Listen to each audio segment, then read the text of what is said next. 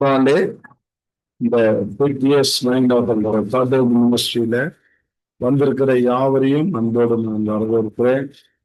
இன்றைய நாளிலும் நாம் தியானிக்க இருக்கிற வேத பகுதி அப்போஸ்தலர் 14ஆம் அதிகாரம் 13 14வது வசனத்தை நாம் வாசித்து தேவ செய்திக்குள்ளாக கடந்து செல்வோம். ஓய்வு நாளில் நாங்கள் பட்டணத்துக்கு வெளியே போய் ஆற்றின் அருகே வழக்கமாய் ஜபம் பண்ணுகிற இடத்தில் உட்கார்ந்து அங்கே கூடி வந்த ஸ்திரீகளுக்கு உபதேசித்தோம். அப்பொழுது தியத்தீரா ஊராலும் ரத்தாம்பரம் விற்கிறவர்களும் தேவனை வணங்குகளும் ஆகிய லீதியாள் என்னும் பெயருள்ள ஒரு ஸ்திரீ கேட்டுக்கொண்டிருந்தாள். பவுல் சொல்லியவைகளை கவனிக்கும்படி கர்த்தர் அவள் இருதயத்தை திறந்தருளினார். முன்னாலே இங்க நான் வருவதற்கு முன்பாக ஆண்டுடைய சமூகத்திலே காத்திருந்த வேளையில ஆண்டவர் இந்த வசனத்தோடு என்னோடு இடைப்பட்டார். கர்த்தர் அவள் இருதயத்தை திறந்தருளினார். சொல்லுங்க பார்ப்போம். நம்ம ஜபத்தை குறித்து 780 நாட்களாய் பார்த்து வருகிறோம். எத்தனை நாளா ஜபம் எப்படி பண்ணணும், எதுக்காகலாம் ஜபம் பண்ணணும் அப்படின்றதுக்கெல்லாம் நமக்கு கற்றுக் கொடுத்து வருகிறார். இப்ப நம்ம இங்க ஒரு ஜபத்தை நம்ம கற்றுக்கொள்ளணும். ஆண்டவரே, லீதியாள் என்கிற அந்த பெண்மணியினுடைய இருதயத்தை திறந்ததை போல எங்க இருதயத்தையும் திறந்தரலும், எங்க இருதயத்தையும் திறந்தரலும். ஏனென்றால் பவுல் சொல்லிய போதனைகளை கவனிக்கும்படியாக லீதியாளுடைய இருதயத்தை ஆண்டவர் திறந்தறினார். கர்த்தர் ஒருவருடைய இருதயத்தை திறக்கலன்னா அவங்க சத்தியத்தை கவனிக்கவே முடியாது. உடம்பு எங்க இருக்கும், சிந்தனை எங்கே இருக்கும், சிந்தனை எங்கே இருக்கும். அப்ப சொல்லக்கூடிய வார்த்தைகளை நீ கவனித்து உள்ள வாங்கினா அது உனக்கு பிரயோஜனமா இருக்கும், உனக்கு ஆசீர்வாதமா இருக்கும். நம்ம ஆள் உட்கார்ந்து இருப்போம், சிந்தனை எங்கேயா வச்சுக்கிட்டு இந்த காலை வாங்கி இந்த காலை விட்டுட்டு ஏதோ சொல்றாங்க, நம்ம ஏதோ கடமைக்கு கேட்கணும்னு கேட்டோம்னா சொல்ற வார்த்தை உனக்கு பிரயோஜனமே படாது. அப்ப தேவனுடைய வார்த்தை, இந்த வார்த்தை உங்களை உயிர்ப்பிக்கிற வார்த்தை, உங்களை உருவாக்குற வார்த்தை, உங்களை ஆற்றி தேற்றுகிற வார்த்தை, உங்களுடைய வியாதிகளை சுகமாக்குற வார்த்தை, உங்களுடைய கஷ்டங்களை கண்ணீரை துடைக்கிற வார்த்தை. இப்படிப்பட்ட வார்த்தைகள் உங்களுக்கு கடந்து வரும்போது நீ ஏனோதானோ என்று கேட்டால் அந்த வார்த்தை உனக்கு என்ன செய்யாது, கிரிய செய்யாது, ஒர்க் அவுட் ஆகாது. அப்ப நீ நானும் என்ன செய்யணும்னா, யார் வார்த்தையை கேட்கறோம், அது எக்ஸ் ஆர் ஒய், இங்க வந்து யார் நிக்கிறாங்களோ இல்ல வார்த்தையை கொடுக்குறாங்களோ அவங்க வார்த்தைய ஆளை பார்த்து எடை போட்டுட்டு கேட்காத, ஆளை பார்த்து எடை போட்டு கேட்காத. அங்க ஆண்டவர் பேச இருக்கிறார், அவரை மறைத்து. யாரோ ஒரு எக்ஸ் ஒய் இங்க வராங்கன்னு வச்சுங்க, அப்ப அவங்கள மறைத்து ஆண்டவர் என்னோடு என்ன பேச போகிறார். ஆண்டவரே, அந்த லீதியாளுடைய இருதயத்தை திறந்த போல என் இருதயத்தை திறந்தரலாம். ஆண்டவரே, நான் தேவையோடு வந்திருக்கிறேன், நான் பிரச்சனையோடு வந்திருக்கிறேன், நான் கண்ணீரோட வந்திருக்கிறேன், நான் கவலையோட வந்திருக்கிறேன், நான் தூக்க கலக்கத்தை வந்திருக்கிறேன், என் இருதயத்தை திறந்தரலன்னு சொல்லு. என் இருதயத்தை, ஆமா, பிசாசு விடாது, பிசாசு விடாது, விடாது கருப்புன்னு சொன்னால, ஆமா, விடாத துரத்து உனக்கு தூக்கத்தின் ஆவியை கொண்டு வரும், கவன சிதறல கொண்டு வரும். அப்பதான் குழந்தை கீன்னு அழுவோம், வயின்னு அழுவோம், அப்பதான் தூக்கிட்டு ஓடுவேன். அந்த வார்த்தை கடந்து போயிடும். அப்ப நீ ஜெபிக்கணும். என்ன செய்யணும், நம்ம ஜெபிக்கணும். யாரெல்லாம் தேவையோ அவங்க ஒரே ஒரு ஜபம், என் இருதயத்தை திறந்தரலும். உண்மையிலே நான் அப்படிதான் செய்வேன். நான் எங்க போய் வார்த்தையை கேட்டாலும் நண்பரே என் இருதயத்தை திறந்தது, என் இருதயத்தை திறந்தரலுன்னு கேட்பேன். வேதத்தை படிக்கும் போது கூட, புத்தகத்தை படிக்கும் போது கூட, ஏதாவது துண்டு சீட்டு எங்கேயா கிடக்குதுன்னா அதை படிக்கும் போது கூட இதுல இருந்து நான் ஏதாவது கத்துக்கணும், என் இருதயத்தை திறந்தேன். அப்படி ஜெபிக்கும் போது ஆண்டவர் பல காரியத்தை கற்றுக் கொடுத்திருக்கிறார், பல காரியத்தை கற்றுக் கொடுத்திருக்கிறார். எனக்கு இந்த வார்த்தையை நானு தியானிக்கும் பொழுது, பாரு, ஒரு சபைக்கு நீ ஒரு விசுவாசியா போன, பிரச்சனையோடு போன. எந்த விட போன? பிரச்சனையோட. எத்தனை லட்சம்?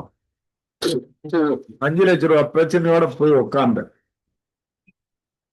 அதே போல அன்னைக்கு எத்தனையோ பேர் பிரச்சனையோடு வந்திருப்பாங்க. எத்தனையோ பேரு பிரச்சனையோட. நான் சொல்றது 30 வருஷத்துக்கு கதையை சொல்றேன். ஒரு சபைக்கு நான் போய் உட்கார்றேன், பிரச்சனை. அப்ப 5 லட்சம் ரூபாய் கடன். அப்பதான் ஏசாமி ஏற்றுக்கொண்டேன். அப்ப நான் ஞாயிற்றுக்கிழமை ஒரு சபைக்கு போய் உட்கார்றேன். அப்ப போய் உட்காந்து அந்த சபையில உட்கார்ந்தவங்க அத்தனை பேரும் இன்னைக்கு எனக்கு தெரியும். இன்னைக்கு என் கண்ணு முன்னால வாழ்ந்துட்டு இருக்கிறாங்க இதே பண்ருட்டியில. ஆனா அவங்க எல்லாருடைய இருதயத்தை விட உன் இருதயத்தை அன்னைக்கு நான் திறந்தனா, அன்னைக்கு வார்த்தையை வந்துச்சா, அந்த வார்த்தையை உன் இருதயத்தை திறந்து உன்னை கவனிக்க செய்தனா? ஆமா செய்தீங்க. அதனால உனக்கு விடுதலை கொடுத்தனா? ஆமா கொடுத்தீங்க. இன்னைக்கு ஊழியக்காரனா இருக்கிறியா? ஆமா இருக்கிறேன். அதே போலதான் நான் ஒருத்தனுடைய இருதயத்தை எப்ப திறக்கிறனோ அப்பதான் சொல்ற வார்த்தையை அவன் கவனிக்க முடியும். இல்லைன்னா அவன் கவனம் சிதறல் தான் வரும். கவன சிதறல் வரும். அப்ப கவன சிதறல் ஏன் வருதுன்னா நீ ஜெபிக்காத. நீ ஜெபிக்காதனால கவன சிதறலை கொண்டு வரான் பிசாசு. அப்ப நீ ஜெபிச்சுட்டு போகும்போது, பாரத்தோட போகும்போது, ஜெபத்தோட போகும்போது, நீ தாகத்தோடு பசிதாகத்தோட போகும்போது அங்க இருதயத்தை நான் என்ன செய்யறேன்? திறக்கிறேன். நீ ஏனதான போகும்போது, நீ கடமைக்கு போகும்போது, சரி உட்காருவா அப்படின்னு போகும்போது அது கடமையாதான் இருக்கும். அப்ப பசிதாகத்தோட நீ அன்னைக்கு வந்த, ஐயோ என் பிரச்சனைக்கு பதில் கிடைக்காதா, என் பிரச்சனைக்கு தீர்வு கிடைக்காதா, தேவன் என்னோட பேச மாட்டாரா அப்படின்ற ஒரு பசிதாகத்தோடு நீ வந்த. அதனால உனக்கு உன் இருதயத்தை நான் திறந்து கவனிக்கும்படியாக நான் செய்தேன். அப்ப உன் இருதயம் என் இருதயம் கவனிச்சாதான் இன்றைக்கு நான் சொல்கிற வேத வசனம் உன் இருதயத்துல என்ன செய்யும்? கிரியை செய்யும். கவனிக்காம கவனிச்சதர்ல நீ வந்து உட்கார்ந்தனா ஒண்ணு செய்ய முடியும். அப்ப ஆண்டவர் நமக்கு உதவி செய்யணும். எப்ப செய்வாரு? அவர் நோக்கி கூப்பிடும் பொழுது, அவர் நோக்கி ஜெபிக்கும் பொழுது, ஆண்டவரே எனக்கு உதவி செய்யும், நான் இவ்வளவு தேவையில இருக்கிறேன், இன்னைக்கு நான் வேதனையில இருக்கிறேன், எனக்கு ஏதாவது ஒரு வார்த்தை தாங்கப்பா. அந்த மாதிரி நான் எவ்வளவு வாட்டி அழுது இருக்கிறேன், கெஞ்சிருக்கிறேன். இங்கிருந்து ரிட்ரீட்டுக்கு போவேன், ரிட்ரீட்டுக்கு போய் உட்காருவேன், எவ்வளவு செலவு பண்ணிட்டு டைம் வேஸ்ட் பண்ணி எல்லாம் பண்ணிட்டு போய் உட்காருவேன். ஜோங்கள் பேசுவாரு, 1 மணி நேரம் மூச்சை பிடிச்சிட்டு பேசுவாரு, எனக்கு ஒண்ணுமே கிடைக்காது. ஜெபம் பண்ணிட்டு கதறுவோம், ஆண்டவரே முடிய போகுது, இன்னைக்கு ஆமையர் சொல்ல போறாரு, என்ன செய்யுதுன்னு எனக்கு தெரியல, என்ன வரைக்கும் நான் எதுவுமே என்ன செய்யல, ரிசீவ் பண்ணல, நான் இன்னைக்கு ரிசீவ் பண்ணாத போக மாட்டேன். அப்ப இவ்வளவு போட்டு நான் ஜெபிக்கும் போது அந்த பிரேயர்ல ஒரு வார்த்தை சொல்லுவாரு, அது எனக்கு ரிசீவ் ஆயிடும், அது எனக்கு பூஸ்ட் ஆயிடும், அது என்னுடைய வாழ்க்கையில ஒரு பெரிய மாற்றத்தை ஏற்படும். அந்த மாதிரி அந்த ஏக்கம் தாகம் நமக்குள்ள இருக்கும். அது அப்பதான் இருதயத்தை திறப்பார். சும்மா அனாவசியமா திறக்க மாட்டார். நீ வாஞ்சிக்கணும், நீ கதறணும். அப்ப அந்த லீதியாளுடைய இருதயத்தை திறந்ததை போல நம்ம இருதயத்தை திறந்து சொல்ற வார்த்தையை கவனிக்க வச்சு அந்த வார்த்தையின் மூலமா உனக்கு ஆசீர்வாதத்தை கட்டளையிடுவார்.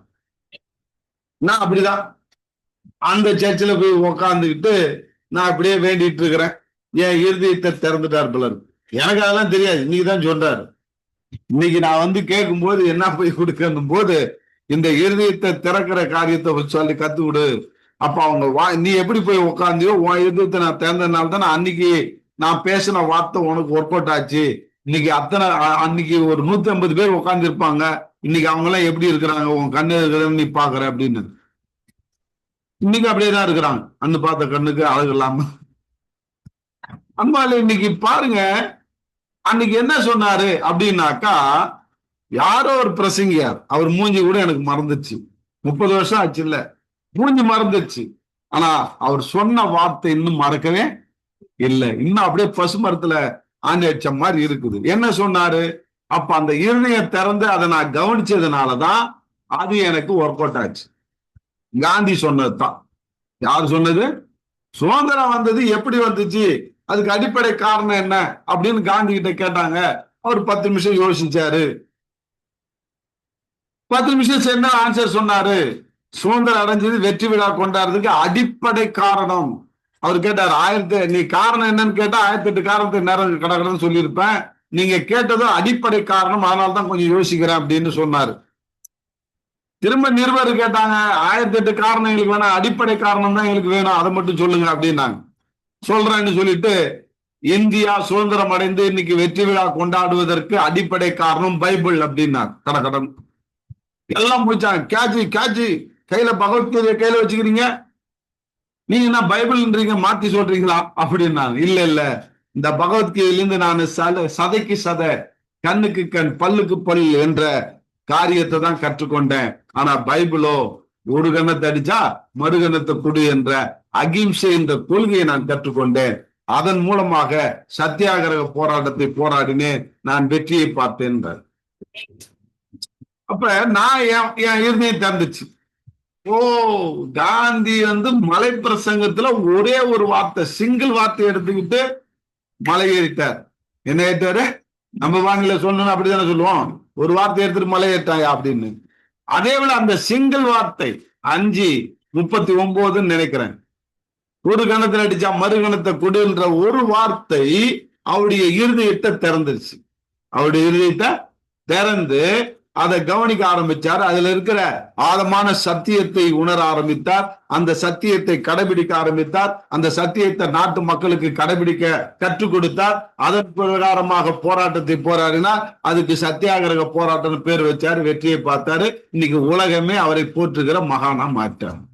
ஒரு சாதாரண கரம்சந்த் காந்தி இப்ப என்ன காந்தியா மாற்றாரு? மகாத்மா காந்தியா மாற்றார். இப்போ ஒரே ஒரு வார்த்தை, சிங்கிள் வார்த்தைக்கு அவர் கீழ்ப்படிந்தனால சாதாரண கரம்சந்த் காந்தி மகாத்மா காந்தியா மாற முடிஞ்சதுன்னா, உலகம் போற்றக்கூடிய மனுஷனா மாற முடிஞ்சதுன்னா, இந்தியாவுக்கே சுதந்திரத்தை வாங்கி கொடுக்க முடிஞ்சதுன்னா, இந்த வார்த்தையை நாம கவனிச்சா நம்ம பிரச்சனை தீரல, நாமளும் விடுதலை அடைவோம்ல. அப்பதான் உட்கார்ந்து மத்தேயு 5:6-7 படிக்க ஆரம்பிச்சேன். மலை பிரசங்கத்தை படிக்க ஆரம்பிச்சேன். அந்த மலை பிரசங்கத்தை படிக்கும் பொழுது ஆண்டவர் இன்னும் என் இருதயத்தை திறக்கிறார். மத்தேயு 6:33 திறந்துட்டார். எத்தனைல? முதலாவது தேவனுடைய ராஜ்யத்தையும் அவருடைய நீதியும் தேடுங்கள், அப்பொழுது இவைகள் எல்லாம் உங்களுக்கு கூட கொடுக்கப்படும் என்று அந்த ஒரு வார்த்தையில என் வாழ்க்கையில அநேக ஆசீர்வாதத்தை திறந்து அள்ளி கொடுத்தேன். சுதந்திரித்துக் கொள்ள உதவி செய்தார். அதனால்தான் நான் இன்னைக்கு சொல்லுவேன், மத்தேயு 5:6-7 நான் புதையலை தோண்டி எடுக்கிற மாதிரி தோண்டி எடுப்பேன். இன்னைக்கு பொன்னாக முத்தாக அநேக வைடூரியம் வைரங்களை கிடைக்கும்படியாக அள்ளும்படியாக எனக்கு உதவி செய்தார் என்று. அந்த மத்தேயு 5:6-7 அவ்வளோ ரகசியங்கள் இருக்கு, அவ்வளோ புதையல்கள் இருக்கு. அதை நீ கான்சென்ட்ரேட் பண்ணி நீ படிச்சுனா உனக்கும் ஒரு ரேமாவை அவரை கொடுப்பாரு, உன் இருதயத்தையும் திறப்பார். நம்ம இருதயம் திறக்கப்படல. அதனால இது எத்தனையோ வாட்டி சொல்லிட்டேன், இங்கேயும் சொல்லிட்டேன், சர்ச்சிலையும் சொல்லிட்டேன், எங்க பார்த்தாலும் சொல்லிட்டு தான் இருக்கிறேன், போற இடத்துல இருக்குது. ஆனா இருதயம் திறந்துச்சா? புதையில எடுத்தியா? நான் எடுத்தேன். அன்னைக்கு 150 பேர் உட்கார்ந்து இருந்தாங்க. அன்னைக்கு நான் என் இருதயத்தை ஆண்டவர் திறந்ததுனால இந்த வார்த்தை மத்தேயு 5:6-7 ஒரு வார்த்தைக்கு காந்தி கீழ்ப்படிஞ்சு உலகம் போற்றக்கூடிய மகானா மாறினார்னா, இன்னைக்கு நானும் அதே போல மத்தேயு 5:6-7 ஒரு வார்த்தைக்கு கீழ்ப்படிஞ்சு உலகம் போற்றக்கூடியவனாய் நான் மாற போற ஆண்டவரேன்னு நான் சொல்லி அன்னைக்கு ஜெபிச்சேன். அந்த ஜெபம் இன்னைக்கு கேட்கப்பட்டதா இல்லையா? என் இருதயம் திறக்கப்பட்டதுனால அந்த வார்த்தையை நானே கேட்சப் பண்ணேன். உன் இருதயமும் திறக்கப்பட்டுச்சுன்னா உனக்கும் ஆண்டவர் ஒரு வார்த்தையை வைப்பாரு. அதை நீ பிடிச்சுக்கிட்டுன்னா உன் வாழ்க்கை ஆசீர்வாதம், உன் துறைகள் நிறைவாக மாறும். உன் குறைவுபட்ட வாழ்க்கை நிறைவான வாழ்க்கையாக மாறும். ஆனா நம்ம பிடிக்கிறதுக்கு தெரியல, அப்ப நம்ம ஜெபிக்க தெரியல. அதான் பேஸ்ட். பிடிக்க தெரியலன்னா என்ன காரணம்? ஜெபிக்க தெரியல. என்ன ஜெபிக்க தெரியல? ஆண்டவரே என் இருதயத்தை திறந்தாரு. என்ன செய்யணும்? ஆமா, படிக்கும் போதும் சரி, கேட்கும் போது சரி, பார்க்கும் போது சரி, பாட்டை கேட்டா கூட நான் அதான் சொல்லுவேன், ஆண்டவரே இந்த பாட்டை பாடுறேன், என் இருதயத்தை தர, அந்த பாட்டு என் உள்ளத்தை உடைக்கணும், என் இருதயத்தை திறக்கணும். அப்ப எல்லாத்துக்கும் ஒரு சின்ன ஜபத்தை நீ பண்ணி பாரு, உன் வாழ்க்கை எப்படி மாறுதுன்னு பாரு. அதுதான் விட்டு கொடுக்கறது, வேற ஒண்ணும் கிடையாது. நம்மளை கவனச்சிதறல் கொண்டு வர்றதுக்கு பிசாசு வகை தேடுவான். நீங்க கேட்டுட்டே இருப்ப, உன் சிந்தனை எங்கே இருக்கும். நீ கேட்டுட்டே இருப்ப, ஆளை இட போட்டுட்டு இருப்ப, இவருக்கு அதை தெரியாதான்னு. ஏங்க என்ன இட போட்டு உனக்கு என்ன புண்ணியம்? மற்றவங்களை இட போட்டு, ஐயோ இந்த காத்து என் ஒய்ஃப் இல்லையே, ஐயோ இந்த காத்து அவன் இல்லையே, வேணும் இல்லையேன்னு அவனை இட போட்டு கிடப்ப. இன்னைக்கு நீ கோட்டை விட்டு உட்கார்ந்து இருப்ப. அன்பாலே, உனக்குதான் அந்த வார்த்தை கடந்து வருகிறது. நீ கவனச்சிதறல் இல்லாமல் உன் இருதயத்தை திறந்தாலும் ஆண்டுட்டு நீ வேணும்னா அந்த வார்த்தை உனக்கு ஆசீர்வாதமாக மாறும். ஆமென். இன்னைக்கு எனக்கு மாறிச்சு, உனக்கும் வரும். அப்ப நீங்க ஒப்பு கொடுங்கள், கர்த்தர்கிட்ட கேளுங்கள். கர்த்தர் இந்த வார்த்தையின் மூலமா உங்களோட பேசுவாராக. செபிப்போம். அன்பின் தகப்பனே, நன்றியோடு துதிக்கிறோம். இந்த நாளிலே ஆண்டவரே, ஒரு வார்த்தை சொல்லும் கர்த்தாவே. ஆண்டவரே, அந்த பாடல் நாங்கள் பாடுறோம், அதே போல ஒரு வார்த்தையின் மூலமா எங்களுடைய ஆசீர்வாதத்தை நீ தர முடியும். எங்கள் சிறையிருப்பை திருப்ப முடியும். எங்களுக்கு ஆண்டவரே கூட கொடுக்க முடியும். எங்களுடைய கவலைகள், கண்ணீர்கள் எல்லாம், துக்கங்கள் எல்லாம் சந்தோஷமாய் மாற முடியும். அந்த ஒரு வார்த்தையை நாங்கள் கவனித்து கேட்டு கேட்சப் பண்ண எங்க இருதயத்தை திறந்தருளும். அதுக்குதான் நாங்க ஜெபிக்கிறோம். எங்கள் இருதயத்தை திறந்ததுக்காக நன்றி. இந்த வார்த்தையை கவனித்ததுக்காக நன்றி. இந்த ஆசீர்வாதத்தை நாங்கள் சுதந்திர போறதுக்காக நன்றி. இயேசு கிறிஸ்துவின் நாமத்தை ஜெபிக்கிறேன் சொல்ல தகப்பனே. ஆமென். God bless you.